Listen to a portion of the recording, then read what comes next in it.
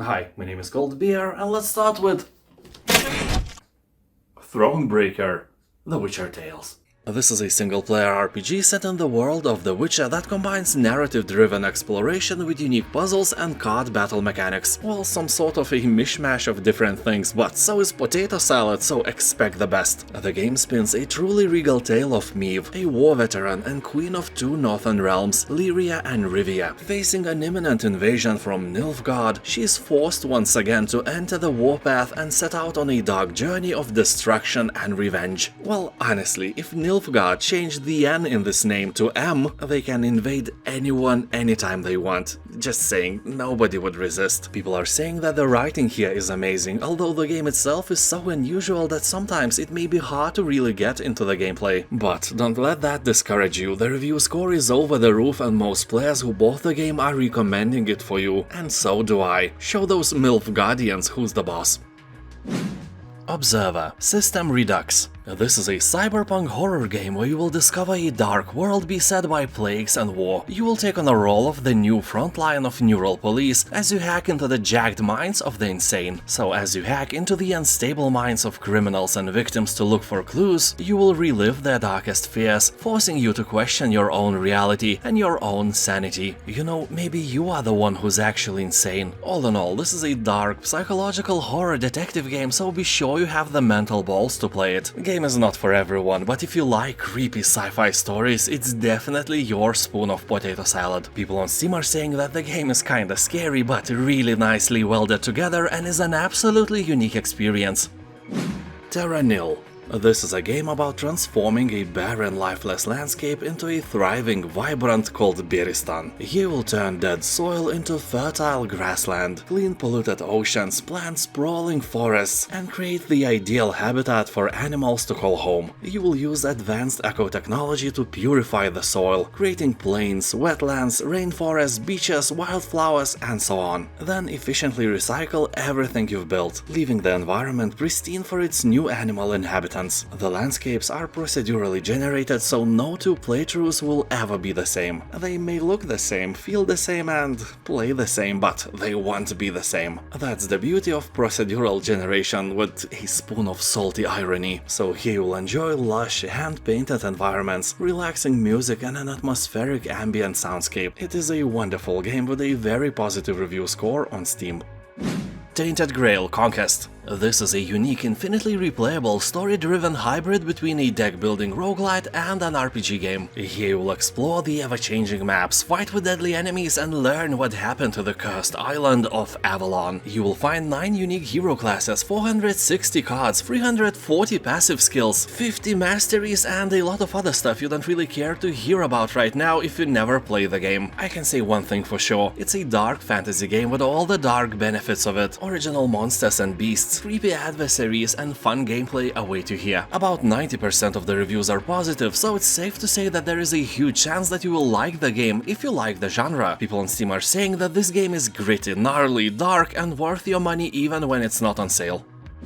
Star Wars Battlefront 2. Almost 90% of positive reviews, left by tens of thousands of players, is definitely proof that the game is done right. And I can confirm that. I played the game for several hours and I had a lot of fun, although I had to stop playing because I got the game on my PlayStation and shooting with the gamepad was a real pain for me. I died way too often for my comfort zone, you know. So this edition sold on Steam is called Celebration Edition, and along with the base game it includes all past and future updates and many other cosmetic things you don't really care to hear about if you never play the game. So here up to 40 players fight in massive battles, pilot huge array of vehicles, and can even participate in space combat. Also, one thing that is really uncommon for any game released by Electronic Arts is the ability to train offline. You can do that, and only with your new knowledge you can start, you know, dying in real-time multiplayer battles. Yeah, dude, don't expect to be thrown into combat with noobs like you. Everyone will have more experience than you do, but you have to collect your strength and show them who's the boss. Probably not you. Blacksad. This is a gloomy game set in a New York City of the 1950s in a world of anthropomorphic animals. You will play as Blacksad, a private detective, and will have to untangle the secrets of a mysterious disappearance. This sinister case will take you to the darkest, most dismal depths of New York, where you will immerse yourself in a eerily dark adventure. Game is based on comic books, but if you don't know them, it's not a problem. It's probably even better to not have any untimely bias. People on Steam are saying that this is a very interesting game with a satisfying deduction mechanic, probably one of the best among other detective games. Although keep in mind that the game is short, it will take you about 9 hours to finish it. Doom. The most famous first-person shooter was reborn in 2016, and since then it holds the overwhelmingly positive reviews not only on Steam but in our hearts as well. You will encounter relentless demons, destructive guns and fast fluid movement. Whether you are obliterating demon hordes in the single-player campaign or competing against your friends in multiplayer. People on Steam are saying that every priest will approve this game. You know, eradicating demons is a holy deed in every religion. Except if you worship Satan. Yeah, I can see the flaw of my idea now. ID Software should create a game where humans are defending from angel invasion as well. Don't drink beer, it's a sin, they would say, and then you could just shoot them. I would definitely play that.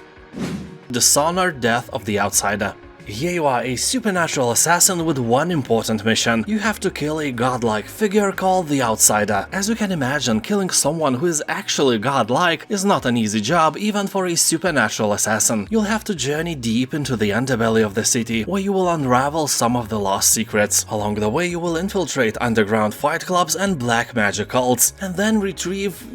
Yeah, the rest of the game's description is plain spoilers on Steam, avoid reading it. Anyway, as you hunt down the Outsider, you will face off against a new cast of enemies along the way. Armed with your weapons, gadgets and abilities, you will have to take down deadly foes by accepting contracts to find and eliminate optional targets throughout your mission. So you are an actual hitman here, well, hitwoman more accurately, and the game has a very positive review score on Steam, so it's obviously not a bad game.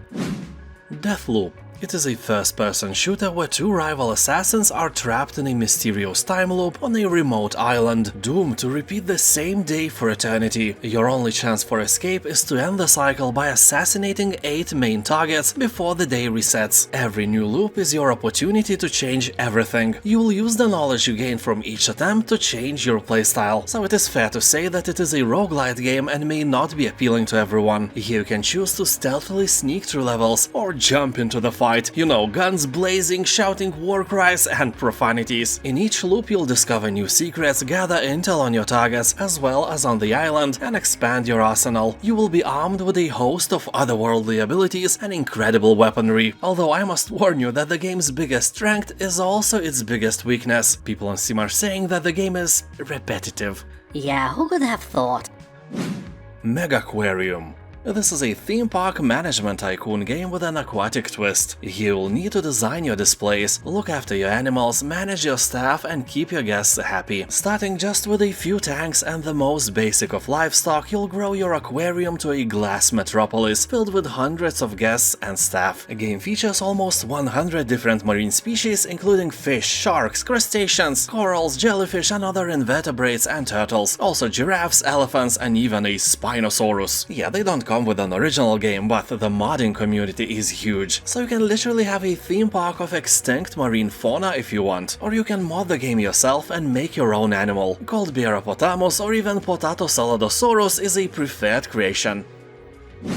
Alfred Hitchcock, Vertigo. It's really hard to say anything about this game and keep my short review spoilers free, but I will try my best. So here you are a person and you do things in the world, and there are adventures and dialogues, and things happen. There, a true spoiler-free review. I'm just kidding. Anyway, jokes aside, this is an original story about obsession, manipulation and madness, inspired by Alfred Hitchcock's masterpiece Vertigo. You will experience a powerful narrative paying tribute to the visual and storytelling techniques of the thriller genre. You will investigate what happened through the vision of 3 characters. Everyone has a different story to tell, and in the end all the pieces will come together solving a terrible mystery. Along the way you will explore several timelines to cross-check the events and separate reality from deceptive memories. You know, reality is sometimes worse than madness. Titanfall 2 Ultimate Edition. If you don't know what Titanfall is, you may think that this is only a multiplayer battle royale of some sort, but it is not. The game actually features a very nice, although really short single-player campaign, packed with action and inventive twists. Here you play as militia rifleman stranded behind enemy lines who encounters a veteran Titan. You must work together to uphold a mission you were never meant to carry out. And of course, in Titanfall 2 there is a multiplayer portion of the game with fast-paced, first-person action with Titans and deadly pilot abilities. This version of the game includes all the deluxe and jump starter content, which includes new Titans, warpaint, weapons, tokens, and even more, and this price is more than great. Iron Lung.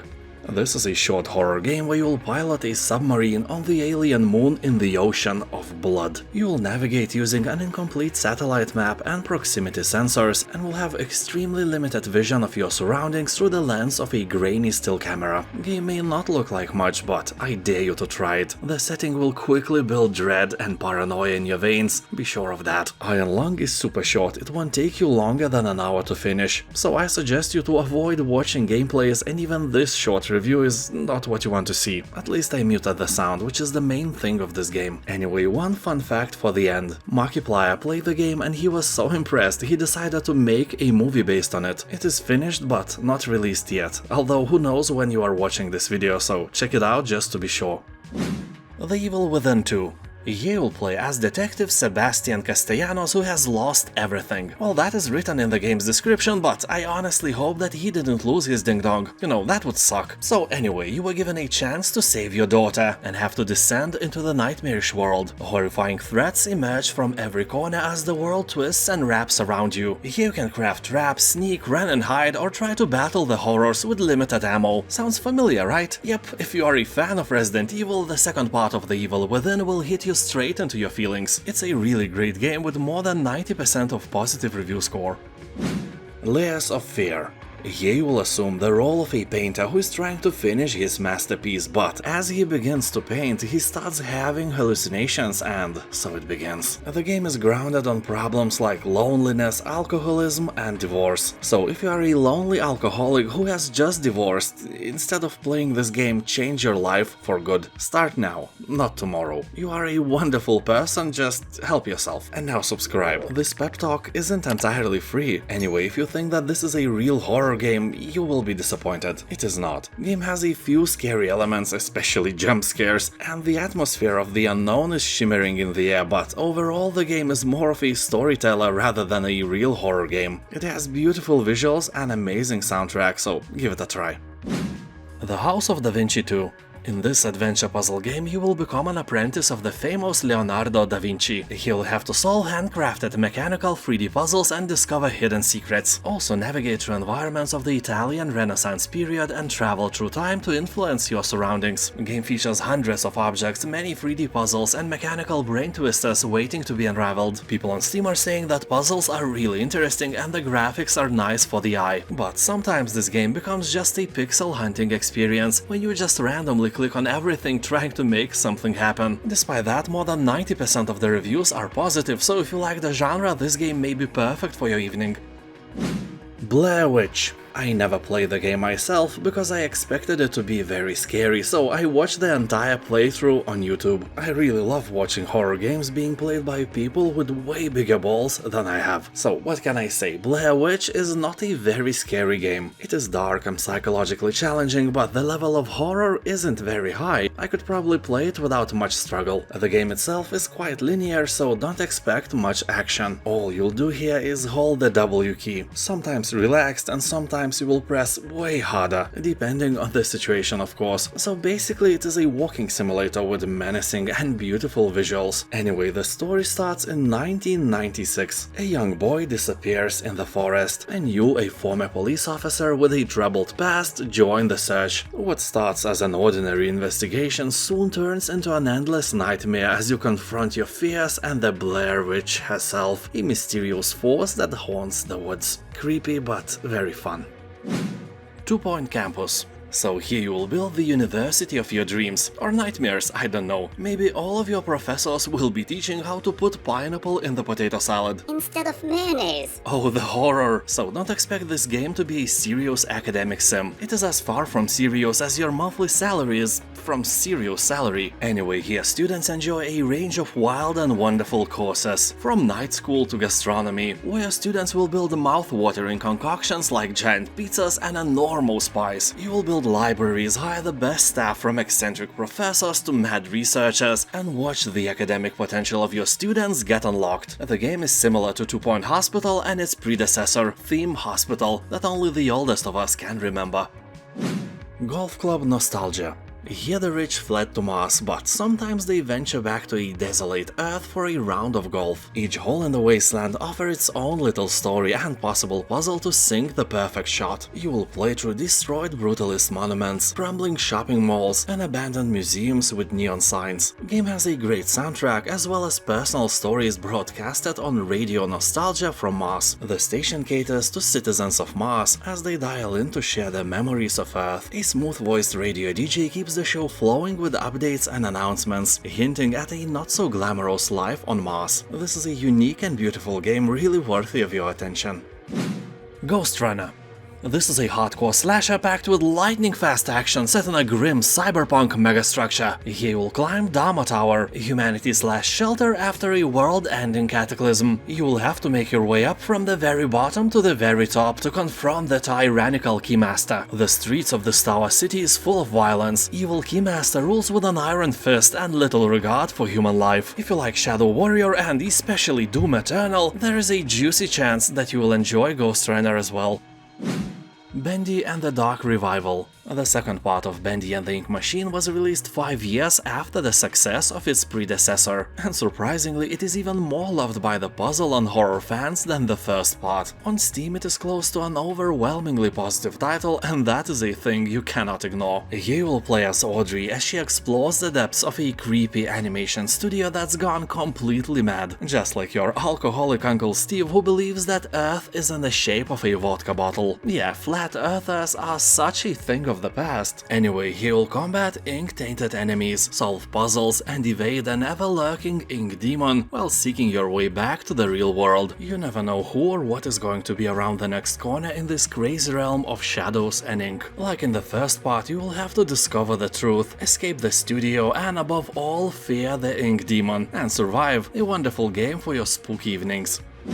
Journey to the Savage Planet. As the newest recruit of Kindred Aerospace, the fourth best interstellar space exploration company, your job is to find out if this planet is suitable for humans. Well, honestly, probably not. Not at all, but you don't know that yet, and yet, here you are. You can play it alone or with a friend. Of course, you probably don't have one, so alone it is. This game may look like it's made for kids, but it's not. It has references of alien drugs and some more adult themes I don't think I can talk about if I want to stay monetized. But people are saying that the game has really great humor, awesome design of animals and plants, and really fun tools to use. Although some of the players are complaining that the game gave them headaches, like real headaches, probably from oversaturated colors and lots of movement, so keep that in mind if you are a bit more sensitive person. And now thank you for watching, have a nice day, and I'll see you next time. Bye!